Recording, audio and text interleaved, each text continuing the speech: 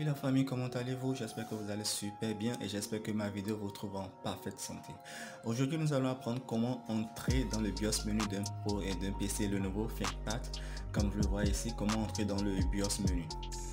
Ici, c'est le boot menu. Donc maintenant, nous allons redémarrer le poste pour que vous puissiez bien comprendre comment entrer.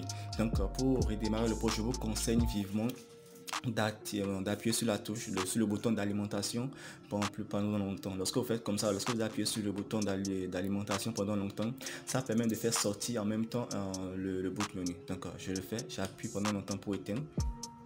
Et voilà, maintenant pour réallumer, j'appuie encore là-dessus et directement j'appuie sur la touche F1 qui est ici. Vous voyez cette touche? Donc après avoir appuyé, j'attends un peu et maintenant je commence par appuyer plusieurs fois sur la touche F1 pour entrer dans le boot menu. Bon, c'est la première méthode ça. Après je vais vous apprendre la deuxième méthode. Vous voyez ici entering setup. Donc nous allons attendre que ça entre dans le menu. Et dans ce menu, vous pouvez paramétrer tout ce que vous voulez, configurer l'heure, la date. S'il y a quelque chose qui est déprogrammé, vous pouvez le faire. Vous pouvez tout faire. Ouais, je suis là, je suis entré dedans. Voici l'heure. Voici aussi le boot menu. Vous pouvez changer les paramètres du boot qui sont ici. Ici, c'est quand je prends ma souris. Ici, voici c'est CD, USB CD. C'est un lecteur qui permet de recevoir les CD aussi. Donc, vous pouvez, si vous voulez booter sur ce lecteur pour le prendre, ici c'est directement USB. Ici encore, voici USB et un disque du HDD. Ça, c'est pour les disques du USB les disques en format USB.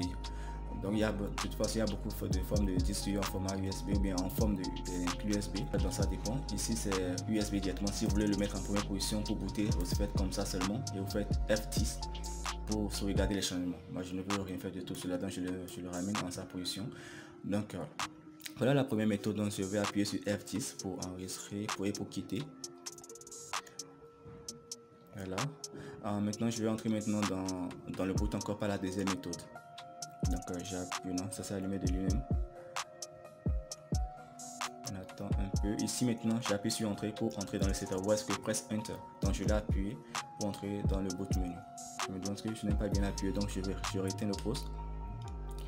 J'étais pas bien appuyé, j'avais pas vite appuyé, donc j'ai rééteint mon poste pour entrer là-dedans encore. J'appuie. Si ça affiche le message que je viens de vous montrer, directement vous allez appuyer sur la touche entrée. Excusez-moi. Ok, voilà, maintenant j'appuie sur la touche entrée et voilà, je vais entrer directement dans.